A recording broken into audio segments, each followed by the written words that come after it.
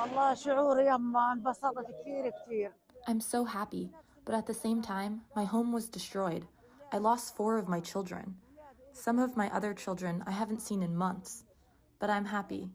I hope I can see my children happy and well. I'm filled with hope and pain.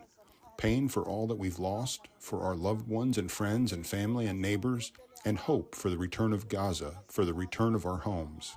We can't speak from how happy we are. We thank God and we appreciate the efforts of all involved. Even though I lost my home, I'm not thinking about that. All I'm thinking about is sleeping relaxed without worry. Look how happy I am. I'm so happy because there's a ceasefire and we can go home. We can't wait to leave and go study in Beit Lahia. It's so good that we got a ceasefire.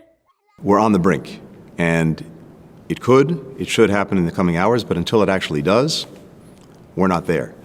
But if and when it does, 2 things. It'll be on the basis of the plan that President Biden put forward back in May and that we rallied the entire world behind, and ever since then, we've been working to negotiate the details, the implementation. It's been delayed and derailed by different events, but we're, I think, finally at the point where this gets over the line. Once that happens, here's what happens. First, the firing stops. Hamas, Israel stop firing. Israel pulls back its forces. Hostages begin to be released. Prisoners come out of Israeli jails and go back. And we surge humanitarian assistance to people who so desperately need it. All of that happens during a 6-week period. But also during that 6 weeks, we have to negotiate the understandings to get to a permanent ceasefire so that Israel pulls all of its forces out of Gaza, Hamas doesn't come back in, and there's the necessary governance, security, reconstruction arrangements so that Gaza can move forward. Is that sorted? That's not sorted. We've worked on it intensely for the last 6 or 7 months, intensely but quietly with Arab partners, with others. I think there's some basic understandings that we've reached, but the ceasefire itself, hopefully, would concentrate minds and get people to agree on what's necessary to get that day after or post-conflict plan in place. It's a very good afternoon, because at long last, I can announce a ceasefire and a hostage deal has been reached. The deal is structured in 3 phases.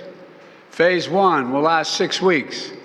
It includes a full and complete ceasefire, withdrawal of Israeli forces from all the populated areas of Gaza, and the release of a number of hostages held by Hamas, including women and elderly and the wounded. And I'm proud to say Americans will be part of that hostage release in Phase 1 as well. In exchange, Israel released hundreds of Palestinian prisoners. And during Phase 1, the Palestinians can also return to their neighborhoods in all the areas of Gaza. And the surge of humanitarian assistance into Gaza will begin. You know, during the next 6 weeks, Israel will negotiate the necessary arrangements to get Phase 2, which is a permanent end of the war. Let me say it again, a permanent end of the war. There are a number of details to negotiate to move from Phase 1 to Phase 2, but the plan says if negotiations take longer than 6 weeks, the ceasefire will continue as long as the negotiations continue. I've spoken to the Emir of Kuwait and the President of Egypt, and we have pledged to make sure the negotiations will keep moving forward for as long as it takes.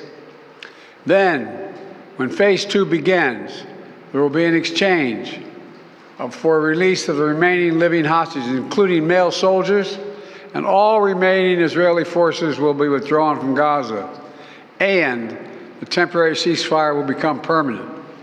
And finally, Phase 3. Any final remains of hostages who have been killed will be returned to their families. The implementation of this deal will be in the hands of the next administration, and basically they will shape the future of Gaza. So how do you see this future? And also, how much credit do you give to the Trump team for this deal? Trump is already taking credit for it. Well, you know, this is the exact framework of the deal I proposed back in May. Exact. And we got the world to endorse it.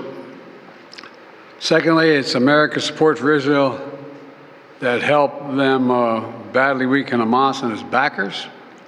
And create the conditions for this deal. And thirdly, I knew this deal would have to be implemented by the next team, so I told my team to coordinate closely with the incoming team to make sure we're all speaking with the same voice, because that's what American presidents do. Thank you. Books credit for this, Mr. President, you or Trump? Is that a joke? Oh, thank you.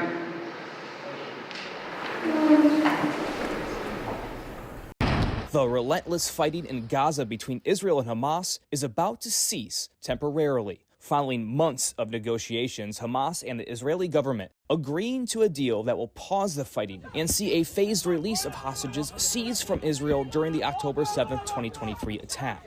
The significant ceasefire, coming at the 466-day mark since that attack on Israel, may be the longest of the war so far. The agreement calls for a 6-week end to the bombing, for Israeli troops and Hamas militants to lower their weapons, and for 33 Israeli hostages to be released during the first phase of the pause. 7 of the remaining hostages are American, 4 of whom have been confirmed dead.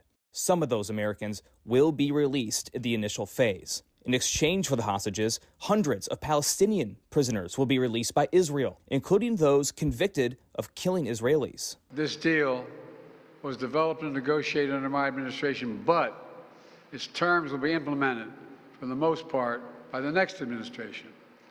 In these past few days, we've been speaking as one team. President-elect Donald Trump posting on Truth Social, "We have a deal for the hostages in the Middle East. They will be released shortly. Thank you." News of the ceasefire brought hundreds to Tel Aviv's Hostages Square. Sources familiar with the matter saying the ceasefire and hostage release, the first since last November, could begin as early as Sunday. In Washington, Brian Abel reporting.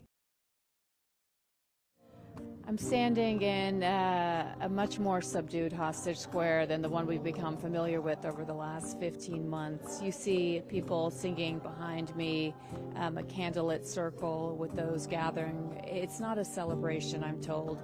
It's more of a reflection on the painful year and optimism about the release of 33 hostages that may begin as soon as 3 days from now on Sunday with phase 1 implementation, the hostage ceasefire deal that was agreed to between Israel and Hamas. Nonetheless, mixed emotions in terms of just the pain that's been felt in this country without having these hostages home.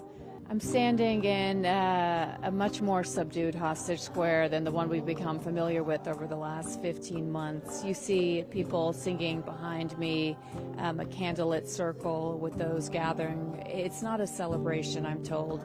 It's more of a reflection on phase 3 would see the remains of those hostages who have been killed over the course of the last 15 months finally returned home. Bianca Rodriguez, CNN, Hostage Square, Tel Aviv. America can be defined by one word: possibilities. President Joe Biden gave his farewell address last night after more than 50 years in federal politics. He spoke from the Oval Office with the First Lady, Vice President, and Second Gentleman in the room. In the face of low approval ratings, Biden touted his record as president. It will take time to feel the full impact of all we've done together. But the seeds are planted, and they'll grow and they'll bloom for decades to come. Biden pointed to major legislation tackling gun reform and infrastructure. He listed accomplishments involving economics, healthcare, and diplomacy. After 8 months of nonstop negotiation by my administration, a ceasefire and a hostage deal has been reached by Israel and Hamas.